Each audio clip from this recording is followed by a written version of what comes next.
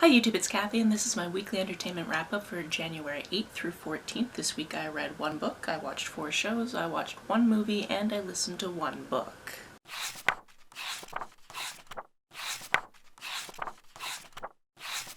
This week kind of got away to me vis-a-vis maybe making an extra video this week, like an end of the year wrap-up type of situation, so if you still want that, let me know. I don't know if I want to prepare it or if I just want to stand here with my statistics and go through them with you without thinking about them ahead of time. So I'll figure that out. The book I read this week is so quintessentially something I would definitely read. It is called The Cracked Spine, and it's the first in the Scottish Bookshop mystery series. This is a book that takes place in a bookshop in Edinburgh, which is my favorite city in the world and is somewhere I will be in 2 months, and I am so excited because I haven't been since February of 2013. This book was also kindly sent to me from my wish list from my friend Shelly, so thank you so much for that, Shelly. If you ever want to know, I do have a wish list. It's always linked down below. Feel free to use it if you would like to, but absolutely no pressure. The protagonist of this book is a woman named Delaney. She is from Kansas in the United States, and she has recently been laid off of her job at the museum she's been working at since college. She sees this really strange advertisement about wanting to work at the same desk as kings and paupers, and she's like, what is this? This sounds interesting. She calls the ad and ends up that it's at this really cool bookshop in Edinburgh, and she decides to pack up her life and just go. That means there's a little bit of culture shock because she's never really been outside of Kansas, but everyone seems super nice to her until she actually gets to the shop and then a mystery occurs. She's got a curious mind, so she then tries to figure out who done it. This is a lot of fun, although I will say that if you are overly familiar with the geography of Edinburgh, at certain points you're going to be going,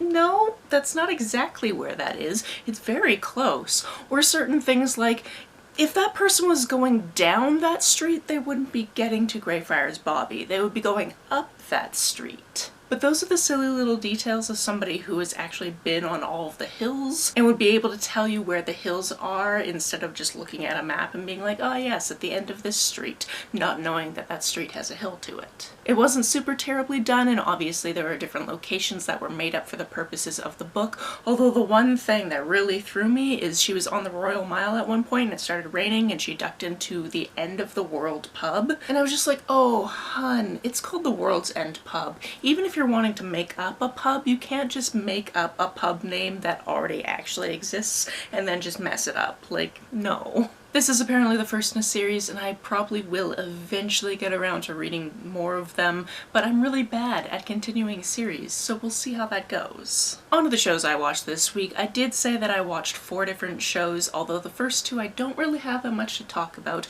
That would be Ally McBeal and Sherlock. These were both things that my roommate was watching and sometimes I would be in the room for. In the case of Ally McBeal, it continues to be delightful, although she seems to be having way less hallucinations in these later seasons, and I'm just wondering if like she had a medical issue that resolved itself, or if she's growing as a person, or what, because I liked that about her, but also I like that we're getting a lot of plot to do with all of the other characters as well. Currently, John Bon Jovi is a love interest, so we'll see how that goes. As for Sherlock, I only watched 1 episode, and that's again because my roommate has been watching it and I wasn't around for it, and I watched the Reichenbach Falls episode, which if you know, you know. And I just remember way back in the day where we had to wait 2 years for the next episode and how frustrating that whole situation was. And this is why I like to watch shows that already exist so I can just watch them at my own pace. Last week, while I was in a cabin in the woods and had no cell phone reception, no internet, nothing like that,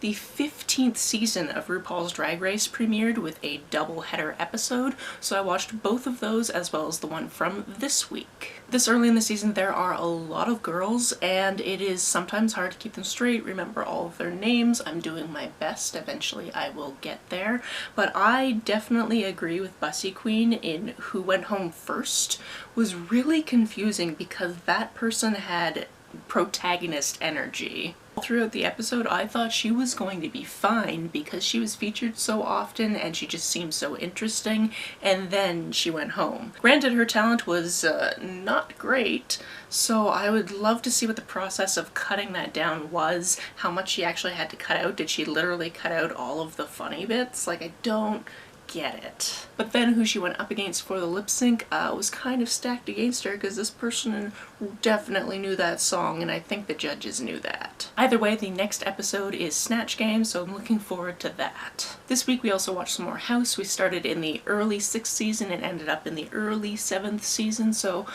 certain things have happened that I wondered if they were ever going to happen, and I actually wondered if maybe he was hallucinating, but it turns out he wasn't. So we'll see how that goes, because I did not think certain words directed at somebody else would ever happen, but here we are. Also, we got to see Lin-Manuel Miranda again, which I absolutely adored, as well as Andre Brugger. I think that's how you pronounce his name. I've never heard it pronounced. And all in all, his character does seem to be having some growth, which is lovely. And now that Jennifer Morrison is no longer on the show, they finally took out that one part of the title sequence that had nothing to do with medical stuff, that shot of the river that we've all been like, why is this here? The one movie we watched this week is something that I am surprised it took me this long to watch, because I think it's been out for a little while, but that movie was Weird, the Al Yankovic story.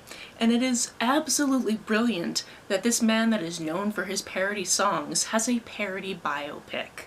Apparently a lot of people didn't really know it was a parody going into it, and were kind of mad that it didn't get all of the details right. I love a classic biopic movie. I love it even more if it's musical. In the case of somebody who is a musician, that makes sense. And then this plays with a lot of the tropes that you see in biopic movies and people's life stories, like the parents not wanting the person to actually do what they do and all of that type of stuff. It played with a lot of that humor. There were also nods to other songs that didn't end up being in this. And I have two things to say about the person that played Al's mom. Firstly, she just recently showed up on Ally McBeal, so it was weird to see her a couple of decades later. And secondly, I would have really preferred if they did not put her in a fat suit, because it's 2023. Can we stop putting people in fat suits? Yes, I understand the song that was being referenced and that they even took the lyrics directly from, but could we not? Outside of that, I had a lot of fun with this one. Daniel Radcliffe did an amazing job. Every time I see Evan Rachel Wood in anything, she looks completely different, and I wouldn't really be able to peg her without my roommate being like, hey look, it's Dolores from Westworld. I'm like, what? Also, there's definitely this very fantastic scene where a bunch of very famous people are at this pool party and Al is just kind of meeting them for the first time, and all of these famous people are depicted by other famous people, and it's just really funny to watch and try to pick out who is pretending to be who. Ooh, one other thing I wanted to say is whoever was doing the audio on this movie did a fantastic job, especially because there was one point where Daniel Radcliffe is like singing into a mic and then like looks behind him to see that people are joining him on stage,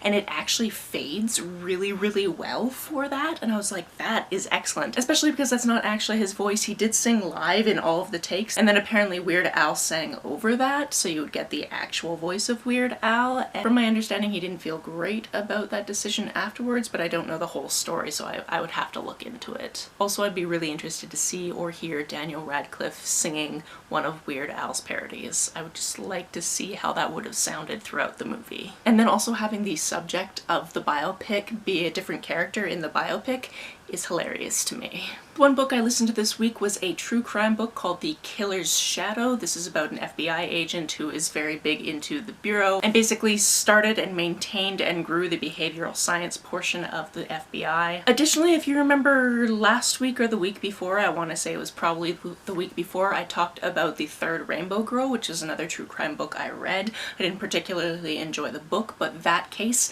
had to do with a couple of girls that were murdered on the way to an event, and they ended up being called the Rainbow Girls because it was a rainbow gathering, even though they'd never actually been to the event. And in that case, everybody thought it was done by this local guy, but it ended up probably being done by this other serial killer, and that is the subject of this book. I didn't know that going into it, so when I was like, wait a second, he's talking about murdering a couple of hitchhikers. Oh, it's the same guy. Okay. This guy was full of so much hate. Absolutely full of so much hate. He had a couple of different ways he would kill people, either by sniper or sometimes just stabbing people, and he either went after Black people, Jewish people, or white people that mixed with either of those people. Obviously, because he didn't know his victims, it was pretty hard to track him down, so this case is interesting. The book is organized in such a way that you do hear a bunch of other background information, which is interesting, but because of the way I've been consuming true crime content, it really has to do mostly with following one case. So early on in the book, I was just like, are we gonna like follow this specific case? Or is this basically, this is a bunch of stuff from my career? And it eventually did get down to just that case. Also, there was a section near the end where I feel like a lot of the lines from the beginning of the book were repeated, and I don't know if that was just a typing error or if he thought he could take things and re-say them and it would be fine, but it got to points where I was like, I've already heard this sentence before. That's a little bit weird. Either way, if you're into true crime, this was a very big case in the States, so it's definitely worth a listen. That's it for this week. If you've read, watched, or listened to any of these, let me know about it down in the comments below. On the way down to the comments, if you hit that subscribe button, that would be very nice of you. If you don't feel like leaving a comment but want to make sure that I know you were here, just leave me an emoji or smiley face if you happen to be on your keyboard. Some people have asked if there's a way to financially support this channel, so I set up a Ko-fi account, which is a digital tipping service. The link for that, as always, is down below. You can like and share this as you see fit, and I will see you very soon. Bye!